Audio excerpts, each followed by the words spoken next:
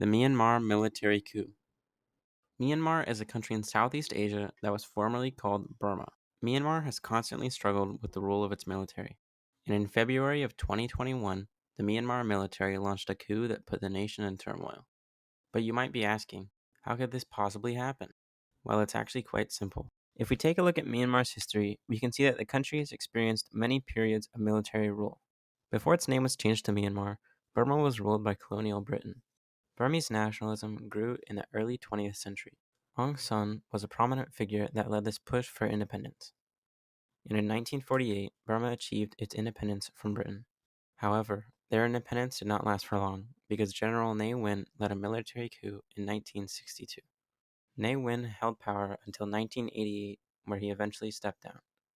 Following Ne Win's resignation, Myanmar experienced brief hopes for democracy, which were quickly shut down by continued military dominance.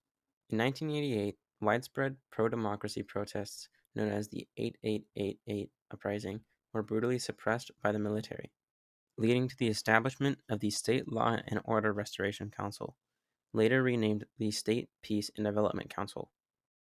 In 2011, the military junta dissolved the SPDC. This period saw significant reforms, including the release of political prisoners and a relaxation of media restrictions. The National League for Democracy, led by Aung San Suu Kyi, won a landslide victory in the 2015 elections. Aung San Suu Kyi is the daughter of Aung San, who was mentioned earlier. However, in February of 2021, the military launched another coup. This coup led to the detention of Suu Kyi and other senior NLD leaders, igniting nationwide protests. So how has this coup affected the economy? Well, the coup has put half of the population into poverty. The coup has resulted in severe political instability, although activists have been supporting the restoration of democracy. Culturally and socially, the coup has intensified ethnic conflicts and has displaced thousands of people. So what can be done to reverse the effects of the coup? I think it goes without saying that Myanmar's military definitely needs some changes. The Myanmar military should be held accountable for what they have done in the past. The military should also be cut off from foreign currencies, which is something that they rely on. Diplomatic pressure must be intensified to isolate the military economically and politically.